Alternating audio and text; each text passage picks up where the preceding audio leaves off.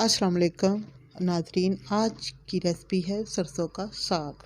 सर्दियों में सरसों का साग ना खाया जाए तो मज़ा ही नहीं आता सर्दियों का। लेकिन साग बनाने के बहुत से तरीके हैं।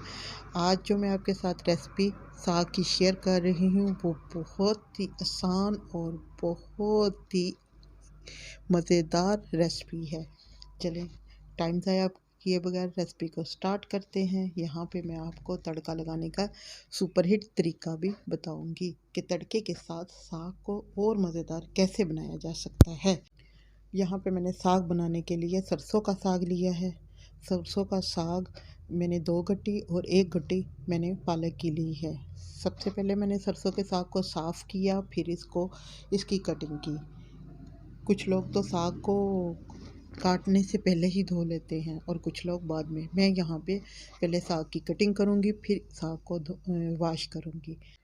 यहाँ पे अब मैंने पालक की एक गट्ठी ली है, उसको भी मैं साफ़ पहले करूँगी, फिर इसकी कटिंग करूँगी। इसको बहुत ज़्यादा बारीक चॉप करने की ज़रूरत नहीं है, ना ही बहुत ज़्यादा बड़े पत्ते रखने की ज़रूरत है। मुनासिब साइज़ में इसकी कटिंग कर लें।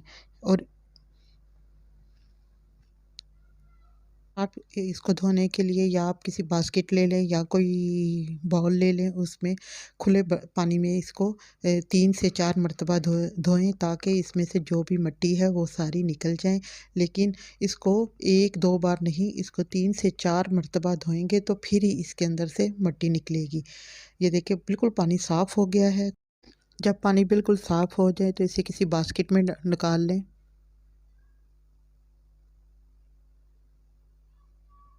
इसके लिए बहुत ही खुला पानी होना बहुत ज़रूरी है।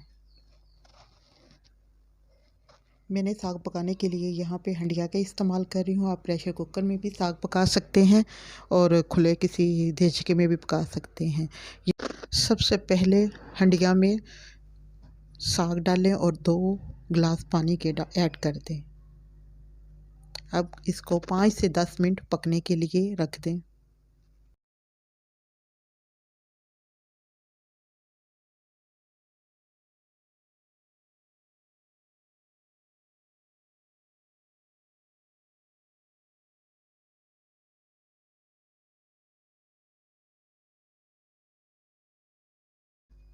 दस मिनट बाद साग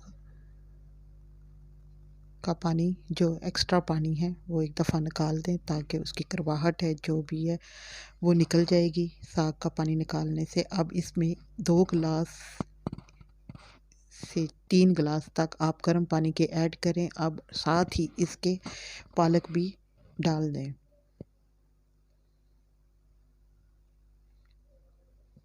मैंने यहाँ पर पानी का 3 गिलास इस्तेमाल किया है क्योंकि मैं इसको लो फ्लेम पे पकाऊंगी। 7 से 8 पीस लहसुन के साबुत ही डाल दें। 1 टीस्पून हल्दी पाउडर और 1 ही टीस्पून मैं यहाँ पर नमक का इस्तेमाल करूँगी। आप अपने जायके के लिहाज से नमक इस्तेमाल कम या ज़्यादा कर सकते हैं। कुछ लोग सुरख मिर्च का भी इस्तेमाल करते हैं साग में। मैंने यहाँ पे सब्ज़ मिर्चों का इस्तेमाल किया है। सब्ज़ मिर्चों से साग का जायका बहुत ही मज़े का बनता है, इसलिए यहाँ पे मैंने 50 ग्राम सब्ज़ मिर्चें ली हैं और इसको मैं ग्राइंडर में ग्राइंड कर लूँगी। आप इसको भी साग में ऐड कर दें और अच्छी तरह मिक्स करें और साग को तकरीबन 3 घंटे के लिए पकने के लिए रख दें और लो फ्लेम पर। 3 घंटे के लिए साग को कवर किया और 3 घंटे पकने के लिए छोड़ दें। कुछ भी नहीं करना, लेकिन चेक करेंगे कि पानी बिल्कुल कम तो नहीं हो गया। अगर कम हो गया तो कुछ और डाल दें। मिक्स करने की ज़रूरत नहीं है। याद रखिएगा मैंने इसको लो फ्लेम पे साग को पकाया है। देखिए 3 घंटे के बाद इसकी कंडीशन। अब इसको मैश करते हैं। मैश करने के लिए आप मशीन का भी इस्तेमाल कर सकते हैं। मैंने यहाँ पे घोटने का इस्तेमाल किया है और 3 चम्मच मैंने यहाँ पे बेसन के ऐड किए हैं और साथ साथ हिलाते जाएं और बेसन को डालते जाएं। एकदम से बेसन को नहीं डालना क्योंकि इससे गुठलियाँ बन जाएंगी। 1 चम्मच डाल लिया, फिर इसको घोट लिया, 1 चम्मच डाल लिया, फिर इसको घोट लिया।